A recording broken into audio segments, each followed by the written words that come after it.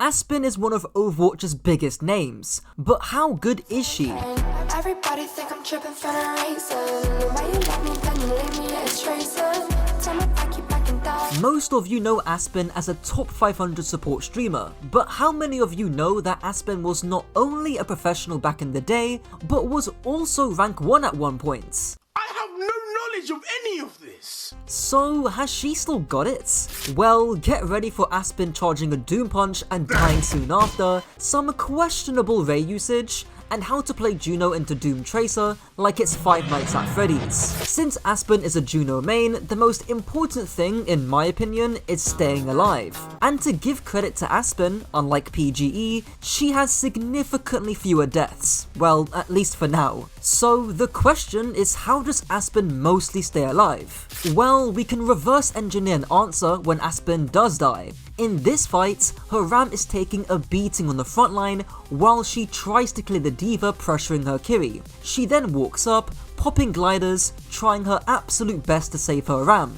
But now you can see how close she is to the enemy frontline, i.e. the Mei diva. As a result, because Aspen is so close to the enemy frontline, it's pretty easy for the diva to punish her. Of course, had Aspen not walked early and kept her distance, her RAM's still gonna die, but she can probably stay alive anyways. So clearly, walking early is a pretty good sign that you're not gonna stay alive. So, when should Aspen walk? Well, obviously when your tank's getting pressured, but also when the enemy frontline can't punish you. In the very first fight on Lijiang, look at how close the enemy frontline are to Aspen. She rightfully backs up, otherwise the Echo is going to destroy her. It's only after her Vendetta creates some space and draws the Echo Has away is Aspen then allowed to walk, because nobody can punish her. The Torpedoes are okay, but more on them later. Once more, when Aspen reaches the back left corner, she doesn't walk. It's only when the enemy hazard takes a fuck ton of aggro is she allowed to walk forward,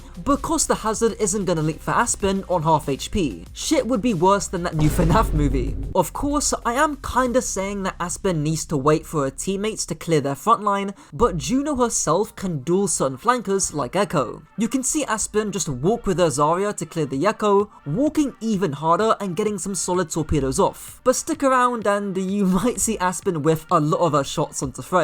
Now, arguably, the most important cooldown on Juno is your speed ring. So, are Aspen's rings good?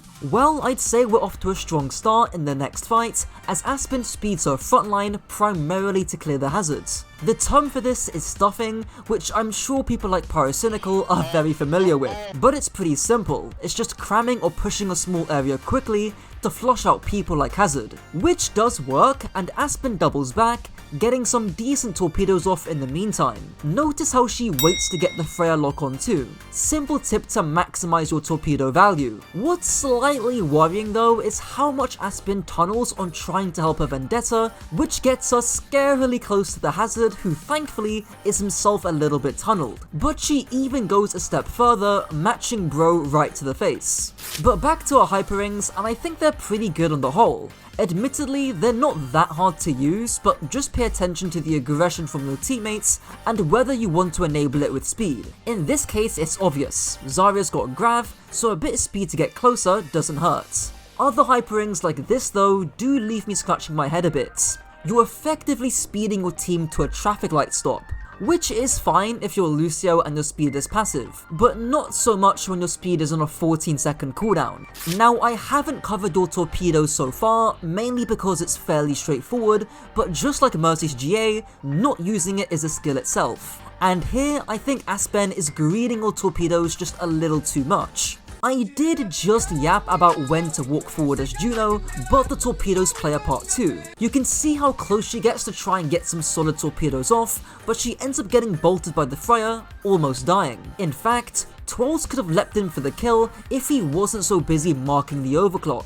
Despite how juicy some torpedoes would be, because Aspen could see everything, you need to resist the urge to push this early. Let your Vendetta fly in and zone, let your Zarya walk in and match the hazard, or even let your Soj draw the aggro with overclock. As a result, Aspen has to back off, getting fairly mediocre torpedoes, and because she walked too early, she's barely able to help out her Soj Kiri. Thankfully, the enemy Lucio feeds his brain out, doing his best frog impression, which allows Aspen to push back and be more aggressive while still avoiding danger. This is where we get into some true rank 1 aim against the Freya. Now usually in these videos I've got a counter in the bottom right, and it's not gonna change as I'm gonna have an Aspen try not to laugh counter for every blunder.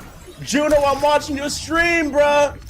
Why you trying not to laugh, bruh? That's disrespectful as fuck, bruh! Now when you watch this, I want you to keep in mind that Freya is 52 HP right now. Juno does 90 damage in a single burst. So let's play a game. How many bursts would you guess Aspen needs to kill the Freya? 2, maybe 3, maybe 4 at a stretch? Well, if you guessed 5, congrats. You get a cookie or something. I'm gonna start counting the bursts after she pops Hypering because that's when she's actually pushing the Freya. The first burst goes to thin air, the second burst tickles Freya, the third burst is also a tickle before missing most of her fourth burst, then finally finishing off the Freya. If that wasn't stressful enough, the Echo comes back trying to trade out, but thankfully Aspen can live fairly easily. What's surprising to me is that she turns back around actively wanting more smoke, which, fair enough, maybe you want to stand on business. But this means she can't create enough distance when matching the Echo a few seconds later,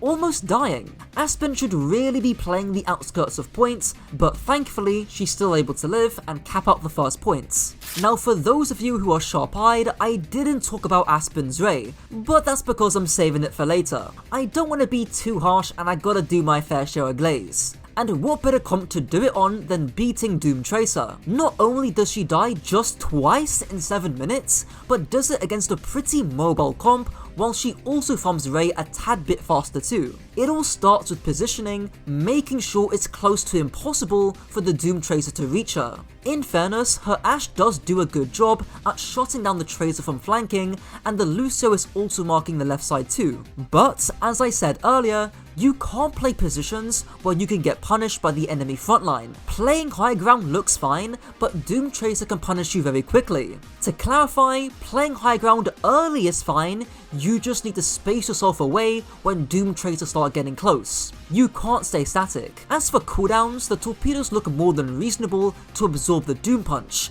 and the Hypering she pops is pretty much perfect. The Doom hasn't got punch, he's half HP, and is busy blocking. I'm very sure the Sig would like that speed to run him over, which he does. There's only 2 issues I've got here. When the Tracer does die, I think it's now reasonable for Aspen to retake the high ground. Not necessarily because Juno gets insane value, but more so to deny it from the enemy Ashe and to also heal her own Ashe if she needs to. In fact, there's a side duel that happens just a few seconds later with Aspen's Ashe losing it, and then that snowballs into the enemy Ashe farming from high ground. Remember, positioning is contextual. Playing high ground isn't black and white, good or bad. Choosing to avoid it against Doom Tracer is generally good so you don't get FNAF jump scared in 0.2 seconds. But after Tracer dies and actually goes Soldier, I don't see a reason to not retake it. The more pressing issue I have though,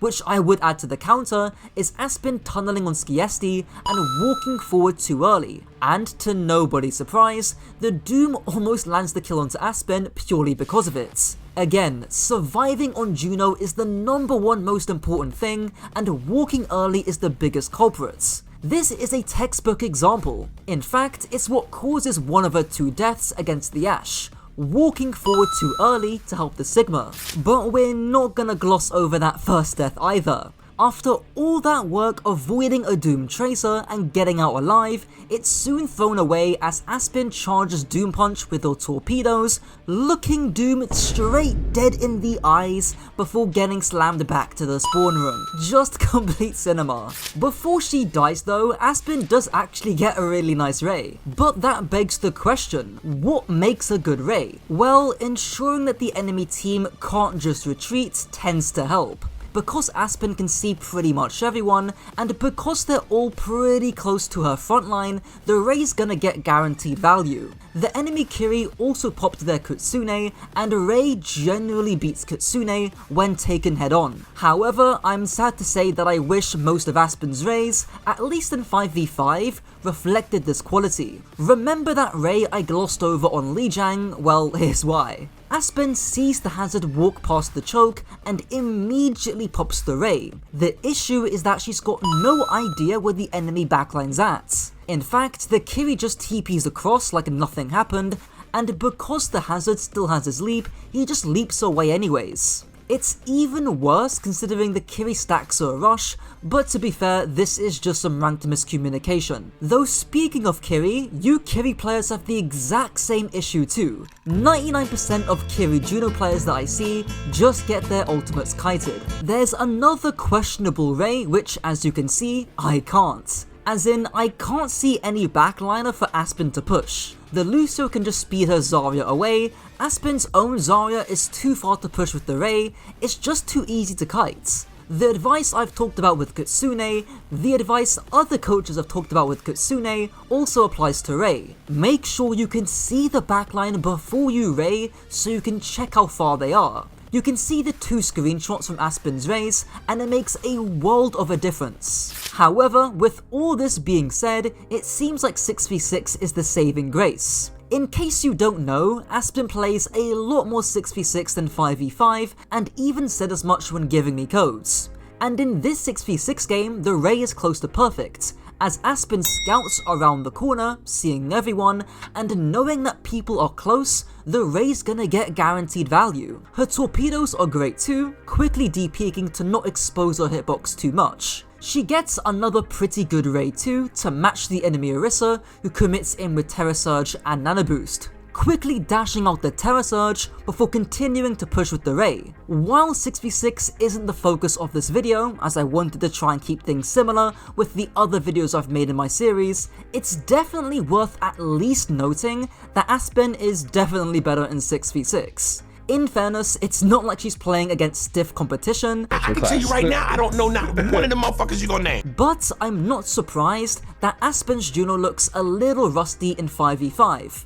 Because tanks aren't built like Prime Ronnie Coleman, and because the game is slowed down being less open, there will just be fewer times where you'll get Thanos snapped out of nowhere for playing too close, or where your tank gets Thanos snapped from a million different angles. For Juno specifically, there's a bit of benefit too with your minor perk, because with Locked On, you can just lock on to more enemies. In this example, Aspen literally halves her cooldown with 1 torpedo use. She always picks Liftoff too, which is generally the better major perk option. Your movement becomes more elusive, and considering that's your only survival tool, any buff to it helps a lot. So with all that being said, how good is Aspen? As much as I think switching between 5v5 and 6v6 is like switching between your innie and outie in Severance, I don't think Aspen's bad at all. The pieces are definitely there, and if she actually locked in on 5v5, she could easily be one of the best NA Junos.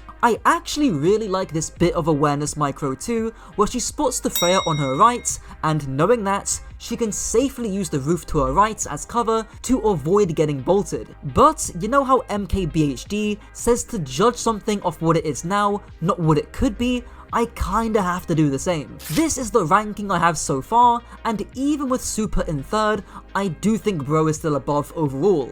With that being said, I am gonna make a 5th placement for PGE, because I think it'd be funny if he's simultaneously 1st and last. Anyways, shout out to Aspen for muscling through 5v5 to get me codes, and if you enjoyed, consider subscribing because this editing shit takes way too long. Click the playlist on screen too to catch up on the series, and until next time.